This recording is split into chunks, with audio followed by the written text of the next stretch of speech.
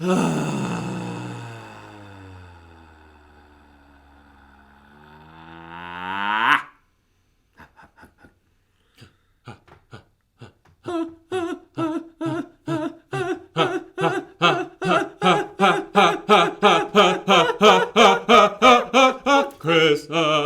chrysalis, chrysalis. Day 11 of chrysalis. It's day 11 of chrysalis. Salad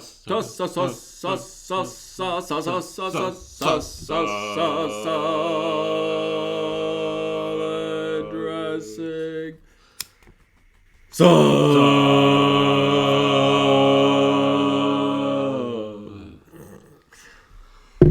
Wow, I love a musical interlude. Is that what that was? I think it was an intro, and I think it was beautiful.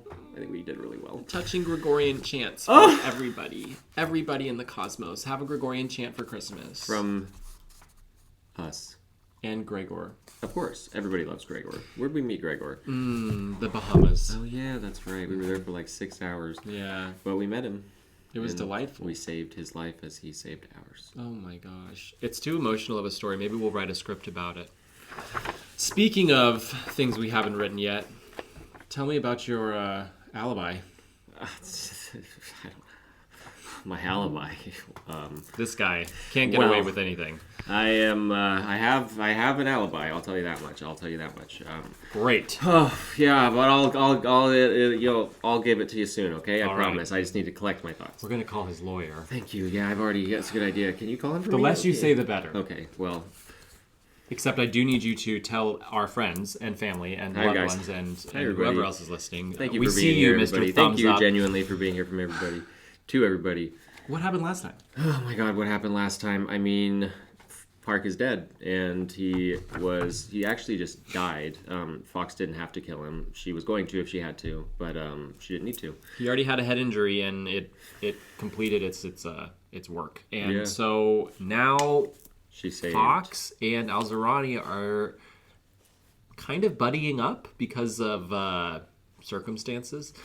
And Zed is alive, still, miraculously. Yeah. The geode the mystery of it is expanding. And we are... Zed kind of gave Al-Zirani this little prophecy about what her purpose is in life, yeah. Mm-hmm. Well, asking her to define her purpose. Yeah, and she didn't have an answer. And we're getting the sense that there is definitely something greater at play here, some kind of a cosmic interloper who has orchestrated all of this. So, with that in mind... Do we want to tell them about the icicle? Well, there is an important update. The geode, within that crack in the geode, there has weaseled out a long, thin, black icicle, and it twitches, so there's something mysterious going on. Super intriguing. Don't tell him anything else, Cody. Okay. Oh my God, that was such a good tease. I think we should just get him in there. And so, for these last 2 days of Chrysalis, we really want nothing but satisfaction. And we're going to take our time. And we're going to keep breathing. You remember, just go to space. Go to space. You're still in space. You've never left space. Go to space. We don't have to tell them to go to space anymore. They're there. They're there. They get it. Yeah. Okay. Thanks, guys. Exterior, space. A bit later.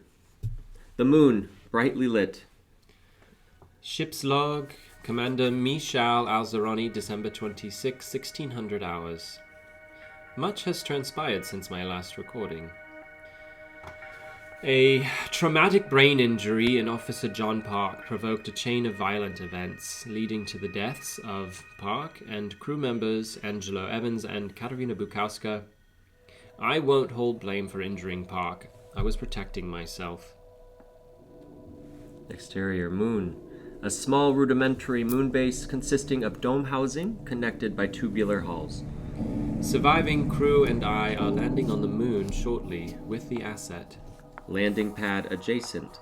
We also see a landed capsule. This is Paxton Henn's unmanned shuttle waiting to receive the asset. Zed is certain this rock is from God, or is God. Fox doesn't know what to make of it. I'm still trying. In the cockpit, Al-Zirani, seated in her EVA, hits a console button, stopping the recording of her own voice log. I guess we'll know soon enough. She continues preparing for landing. She's done this many times. In the aft hallway, Fox, exhausted, buckled into a seat, also wearing an EVA. Passing through lunar orbit means WGA has eyes on us. We'll make contact once inside base. Fox nods. Copy. In the cockpit dashcam footage, we come with great speed toward the surface of the moon, aimed at the landing pad, Earth looming on the horizon. Alzarani keys a sequence on her dash, rotating thrusters to slow descent. Hovering and killing rear engine. Beginning descent. In the aft hallway, Fox clutches her seatbelt. 6 kilometers. 5. Alignment over landing pad. Set. Interior cockpit. Alzarani toggling switches. Lowering. 4 kilometers. 3. In the cargo hold, Zed sits, clutching a seatbelt, surprised to notice an additional black icicle weaseling from within the geode. 2. Then a third slides out. 1,000 meters and lowering. Back in the cockpit. 700. 6. 500 meters to touchdown. Folks, I see your probe. Paxton Hen's lander waits just off the landing pad. In the cargo hold, 2 more icicles poke from the geode. Then another. 6 total. 300. 2. Update. 1. The 6 protrusions spread apart. The geode cracks open, throwing a cloud of shimmering dust and a large magnetic shockwave. In the Otter's cockpit, the ship is rocked, out of control. Alzarani is jolted in her seat. Alarms are going off. Console monitors glitch with fatal errors. The ship fails, powering down completely. We're crashing. Moon dust clouds as the Otter crashes into regolith. In the Otter's cockpit moments later, it's dark. Pound, pound on the cockpit door. Alzarani unconscious in her seat. We see flashes of Alzarani's previous nightmares, the predicted crash, and then a new image of a mysterious, unknown planet. Fox comes in over comms. Alzarani rouses. Now with lunar gravity, the blood from a cut on her forehead runs slowly down her face. She sees the windshield is cracked. Quickly, Alzarani stands, clambers to the door, and opens it, revealing Fox, weak, cradling broken ribs. You okay? Yeah. You? Been better. What happened? In the cargo hold, an emergency ghost light provides a spooky glow. Dust clearing. A hypnotic hum fills the room. The geode has broken open, chunks on the floor and the fullness of its insides revealed. Dazzling, otherworldly black crystals, and where light catches it, it reflects brightly. Zed is on the ground, unconscious. Come in, Zed. Do you read? Zed opens his eyes, sitting up slowly, astonished when seeing the geode exploded open. Zed here. Boy. Repeating. Do you read? I'm here. Over. He gingerly stands, bruised from the crash, then senses above him a jagged form crawling on the ceiling. Keeping his eyes trained for his spectrometer, Zed cautiously makes his way to his workstation. He finds it, picks it up, as the ghost light is suddenly obscured by something. Zed looks up. Powder-like crystal scales snowing down as a newborn form on the ceiling shakes loose. His eyes widen, seeing the form. He aims the spectrometer at it. Scales land in his eyes. Zed winces. Rubbing them, he turns on the spectrometer. It beeps loudly. Zed, POV. Blurred, a spinally legged creature on the ceiling with a set of curled up wings. Here's a crack of the bulb above. The lights go out and the creature leaps onto us. In the aft hallway, ghost light here too. Both women, helmets on, proceed to the Otter's airlock. Stopping first at the cargo hold entrance, humming filters through the hatch. They look to each other. Interior Otter cargo hold, humming louder, emanating like a generator. In the shadows, Zed is on the floor. He's quaking. Interdimensional life form on top of him, its jagged like icicle legs marching in place. as the creature's scissoring jaws and a long tubular proboscis slides through Zed's nostril and out his gaping mouth. Zed is nearly dead. A final effort, his shaky finger scrawling a message in blood on the floor. The hatch heard opening above. Zed! Micah, do you copy? The creature stops moving, listening. In the aft hallway, Alzarani at the open hatch, dark below.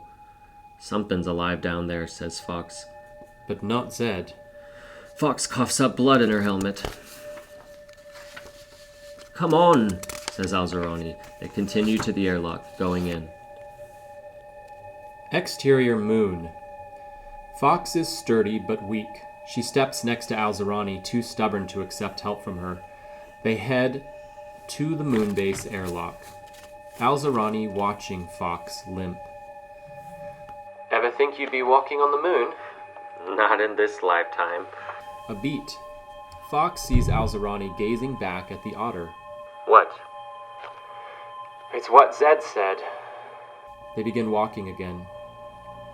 I thought God drew me to the stars to discover more about myself. All I've come to know, though, is the emptiness.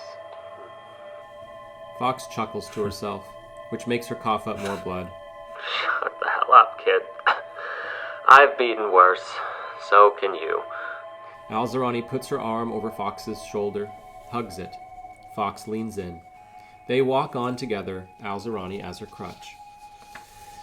At the outside of a moon base, a domed building, mirror-coated, the women reach the airlock door. Alzarani opens it. Fox goes inside first. Then, a flash of bright light across Fox, who shields herself. When she checks, Alzarani has vanished. We just made that bitch up and disappear. Where'd she go? She gone. Oh my gosh. But she gonna come back Yeah. on day 12. She come back on day 12, honey. This is lit, by the way, actually. It is, right? It's just a little bit hard to see, Yeah. but it is there, Proof shining in the pudding. brightly. Good night.